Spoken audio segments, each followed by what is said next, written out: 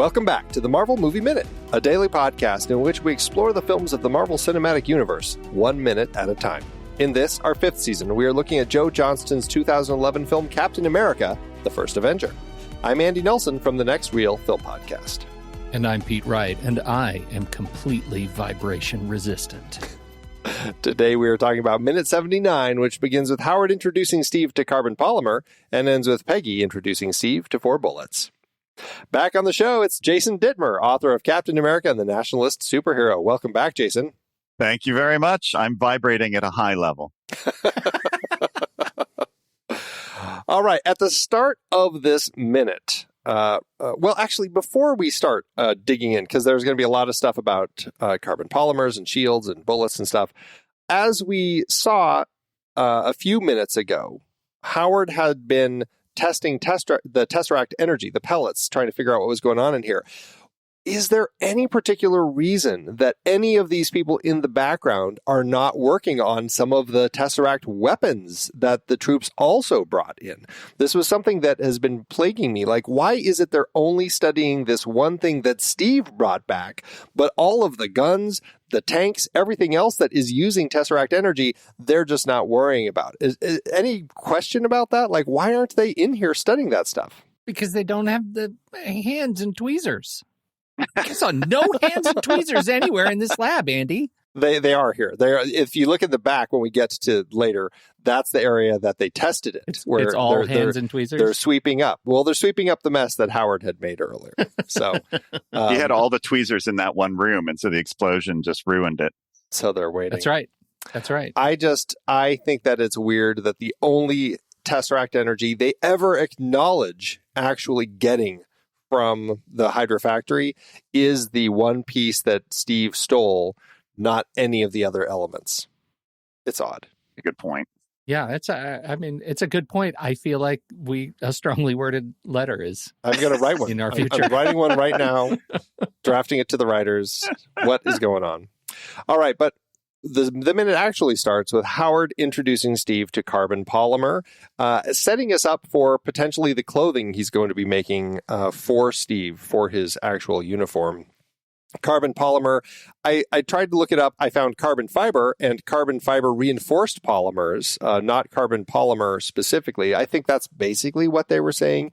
And as I alluded to in the previous minute, this is something else that hadn't been invented yet, but is kind of something that is going to be invented. Modern carbon fiber, it was introduced in the early 1960s. This is when they first started figuring out what to do with it. I mean, technically, they had been discovering it and creating it accidentally in labs, like with light bulbs when it came to filaments, carbon fiber filaments in light bulbs back in the 1879, like with Thomas Edison. But in context of what was going on here, you weren't. They wouldn't accidentally kind of create what would be the carbon fibers that they would use for this stuff until 1958. So, well, and even still, I mean, my understanding is like, I believe it or not, I actually also looked up some carbon fiber stuff, and my understanding is that carbon fiber is not going to be used as any sort of like weapon or bullet resistance. Like maybe they were researching it, but Kevlar is still so much better even today than any of that stuff. And so, that's why carbon fiber with the strength to weight kind of ratio, it's still used for like cars. Airplanes. We have a lot of airplanes and supercars and things like that. So I didn't find anything that says, we're using carbon fiber right now in any sort of armament or, protecting people from stuff. It's still theoretical. No, they are making it. I don't know if they're protecting people, but you can buy T-shirts right now, carbon fiber T-shirts. They do make them. They're a little pricey. It's like $110 to buy one.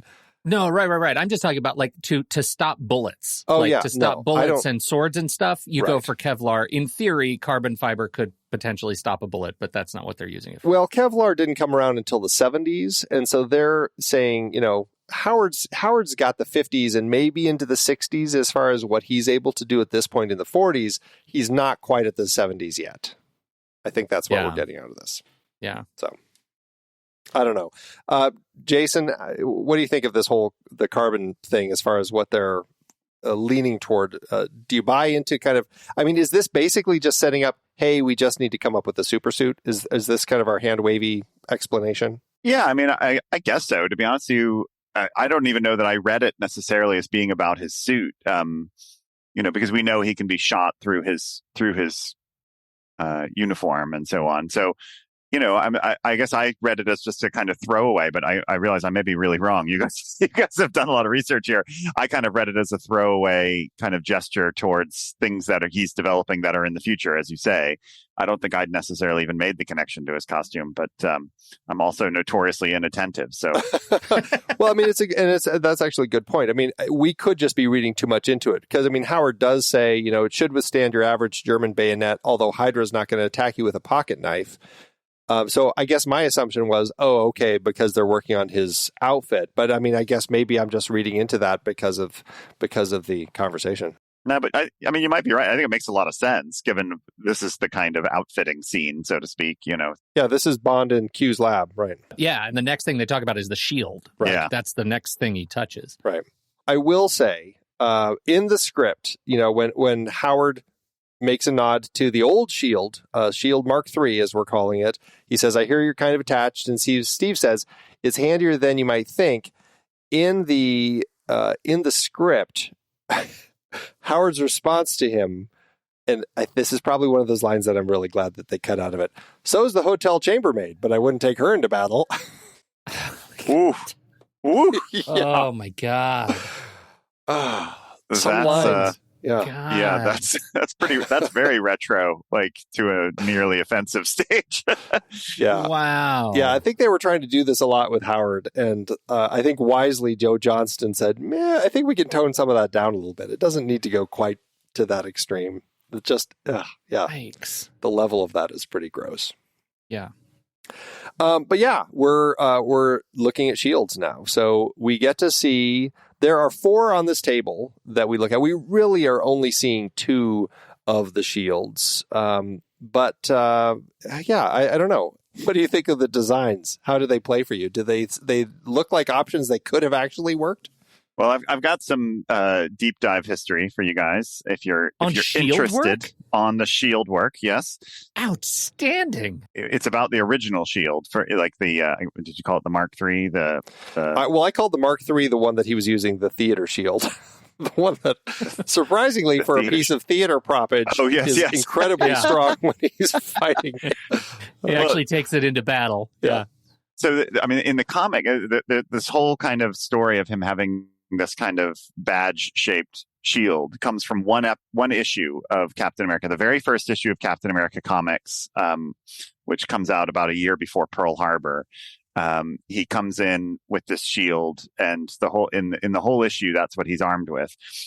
But I mentioned, I think in a previous minute, that there were other nationalist superheroes at the time. In fact, Captain America is not the first one. There were a whole bunch of them coming out at the time because of the war, basically. So, and there was a character who predated Captain America called the Shield. And he, guess what, had a shield. And it looked exactly like that one. And so the publisher, basically, of the Shield threatened to sue Timely Comics, as it was then called. And so in issue number 2, Captain America appears with this round shield, and the rest is history.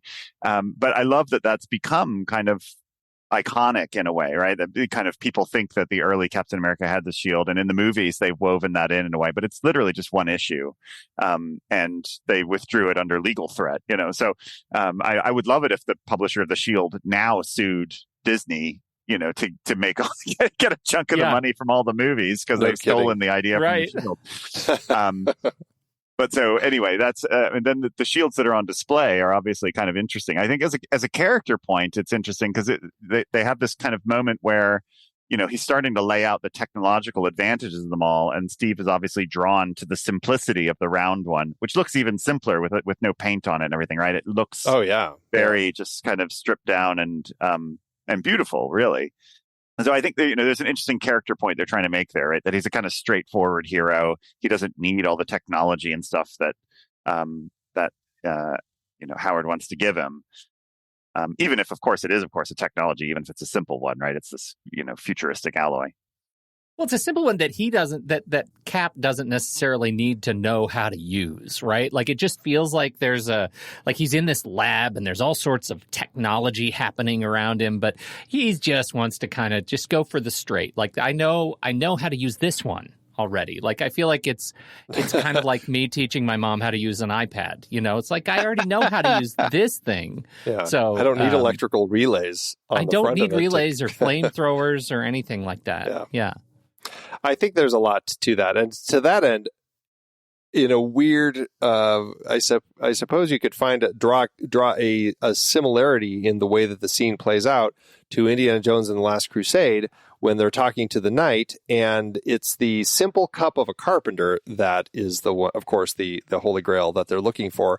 And in that sense, there's, I suppose you could say there's a comparison with, this savior character that we have with Captain America here, and he goes for this thing that's more simple. He doesn't need to have something that's quite so flashy or all Howard Stark, modified. It's just the simple thing that he is drawn to. I do think it's in the script. It's interesting. Instead of electrical relays, he says that it's transistorized relays, and that is something that is very, very comic booky. In fact, in the comics, Tony Stark actually creates a transistorized blast gun. I think that's just a reference that they probably put in because of the Marvel history of that word transistorized, and just opted to not use it. Interestingly, also in the script, when they pull up this cart with all these different shields, they have it scripted where you actually see the half-finished shield that we did have in Iron Man 2. I kind of hated that shield. I'm kind of glad that we don't have that one included here. I thought it looked so silly, like they were really trying to do something crazy with that one. Well, it doesn't feel like it would ever work, like that sort of framework structure. Like, it never felt like they could get from that kind of scaffolding of the shield to the final shield that he actually uses and, like, puts through the paces. Yeah. And this is where we start talking about vibranium here. And the whole world of vibranium, yeah.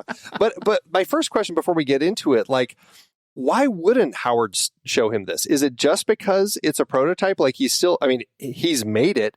He's used all the vibranium they have. It's sitting out here, but he seems to downplay it so much. What's your read as to, like, why he is it just because he's so proud of the electrical relays? I think it speaks to the difference between the two characters, like we were kind of already saying, that Howard is about technological innovation and doodads, and Steve isn't, so I think it's meant to set up that kind of contrast. Yeah, it's like not enough technology. Like, if he wants to see the technology out in the field used by these soldiers, it better be like his favorite, his best. And this is just a plain piece of exotic metal. In the script, he says, in addition to it's completely vibration absorbent, he also says it should make a bullet feel like a cotton ball, which I think is kind of an interesting way to kind of describe that. And now I feel like, we're going to have, some bullets in just a moment here to talk about. This is a good point for me to ring in with one of my long time. Of all the dorky things I've said over the last few episodes, this could be the lowest point for me. So feel free to edit it out to save my dignity.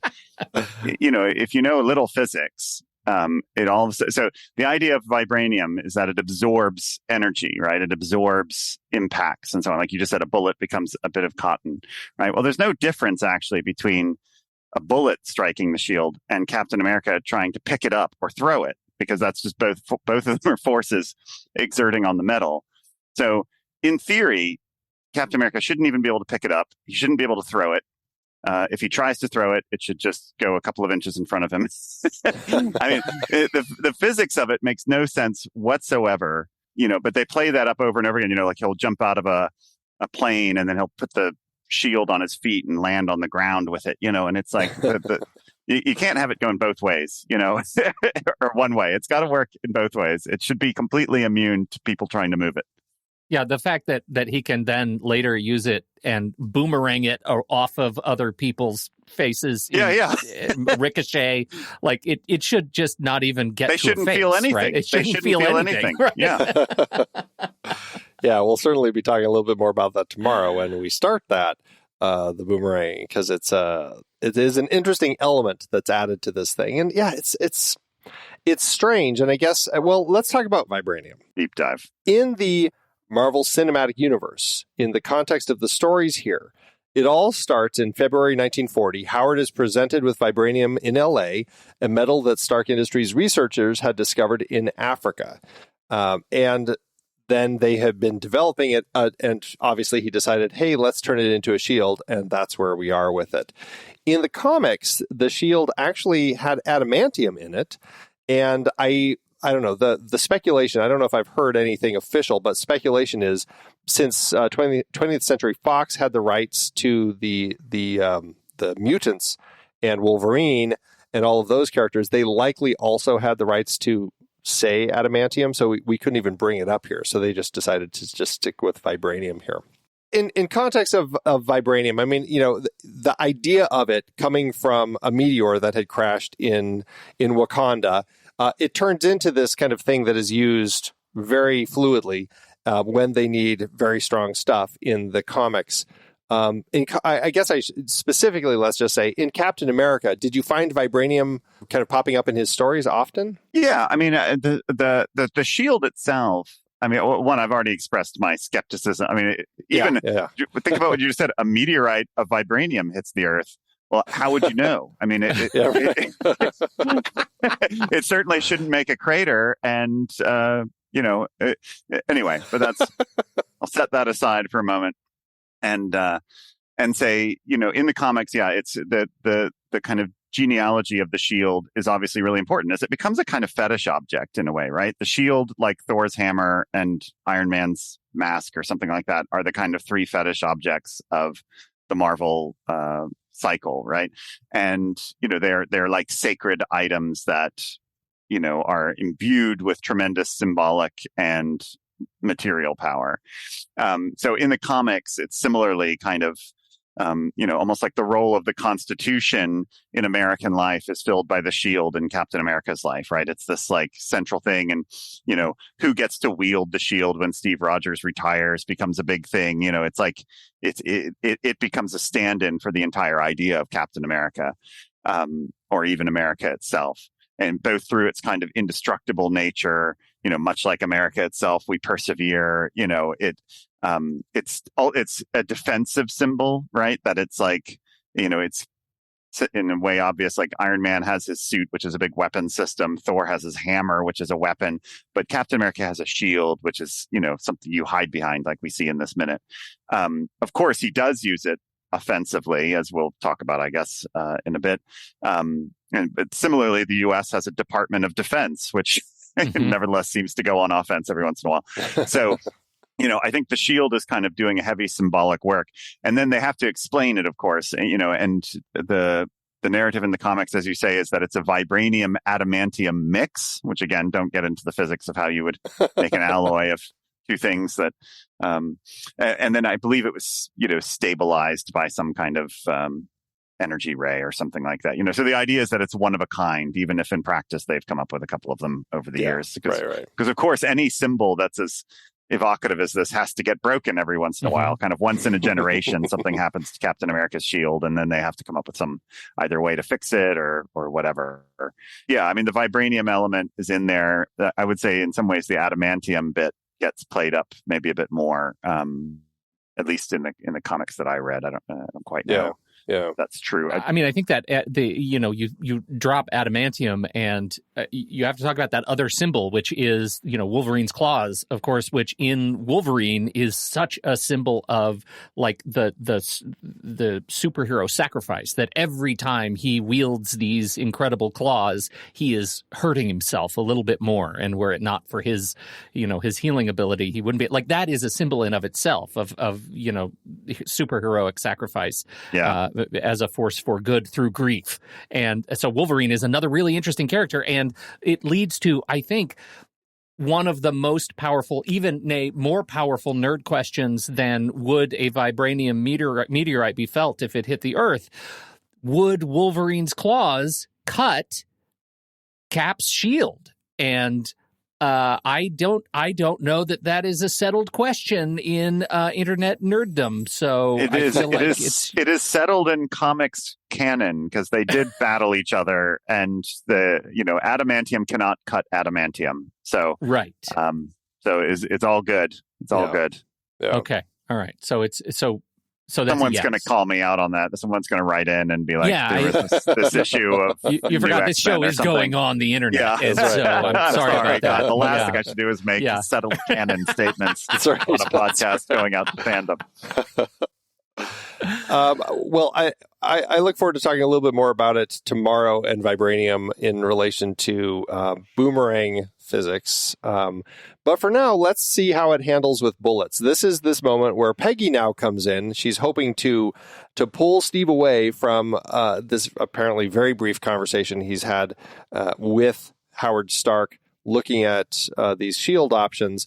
And this is this moment where you get this eager beaver Steve, I feel like he's really trying to play off everything that had happened before between them. And this is where he's showing off what we know. Now we've got Shield Mark IV as he's showing it off. It doesn't have a paint job yet, but it's still looking mighty shiny. And she is very icy. And what does she do? She lifts a gun up and shoots at him 4 times, shooting directly at his head. So lucky he's holding the shield. And I guess it's a test of vibranium. I'm assuming that Peggy knew. She must have kind of already seen some tests with what Howard had been working on, I guess. How does this play for you? Yeah, I think I object to it the same way that we were objecting to some of the earlier things. At the risk of being pedantic, you don't just fire a gun in an army base, right? Well, remember, this is where Q learns that it's okay to do that. Well, that's true. That's true. I suppose it's the room in which you test fire things, but still, I just kind of think there's no way a real, officer would do that, because she saw him kissing someone in the previous scene. I mean, it makes her look so peevish and like a, I guess it's the trope of a woman scorned, as you said before. Yeah, right. But, I kind of think that it seems like a real break of discipline, which is kind of not her thing. It seems very counter her personality. But, I guess we've given up on looking for reality and some of this stuff. Yeah. Well, and I think they, to me, the question was, do they set up effectively the bullets, will they be ricocheting everywhere? I think they lean in pretty heavy on it absorbs all vibrations so that when they test it, do we believe that the bullets are going to fall to the ground and just be all the vibration absorbed? And I think they do. For me, it doesn't take me out of the scene insofar as the relationship physics between Steve and Peggy, questionable. And I agree with you. I don't think it puts her in a very good light as the vindictive, scorned partner. It's a little bit gross. They built up this relationship for me that she was better than that. And here they're saying she's not better than that. She is exactly that. And just get used to it because, that's who she is. So I'm not crazy about that. No. So we've established it's both the physics of the relationship that doesn't work and the physics of vibranium itself.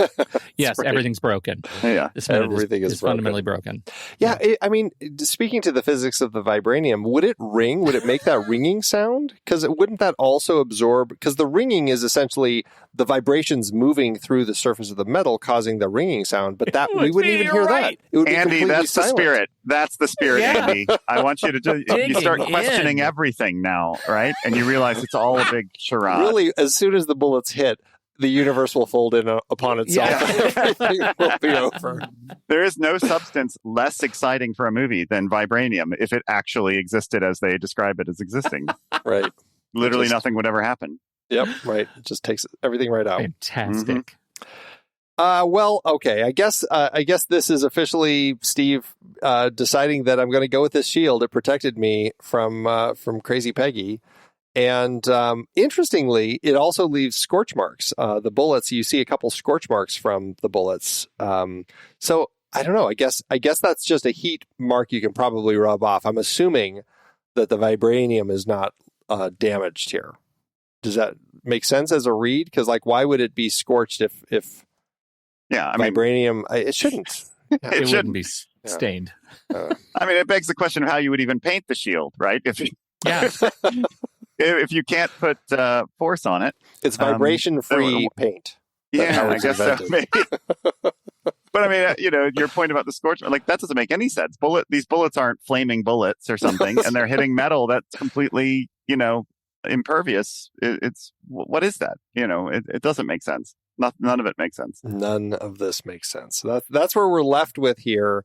Steve says none of this makes sense too, because he's so confused, as is Howard. And I think that's where we'll leave the minute for today. So unless either of you have any last comments about it, let's wrap it up and we'll come back tomorrow for another fun minute. No, I feel like we've definitely made our mark on... made our scorch mark on this vibranium-filled minute. Yeah, that's right. Fantastic. Jason, tell everybody about your book and where they can track it down, and you as well. Oh, God bless you. I'm happy to plug the book. I wrote a book called Captain America and the Nationalist Superhero, and you can find it on Amazon. And if you are interested in my mundane thoughts, you can find me on Twitter at RealJDittmer. Fantastic. Well, we will be back tomorrow to close out the week with Minute 80. Kicking off a little bit of a montage. So, Pete, thanks as always. The captain does have unfinished business. Until next time, true believers.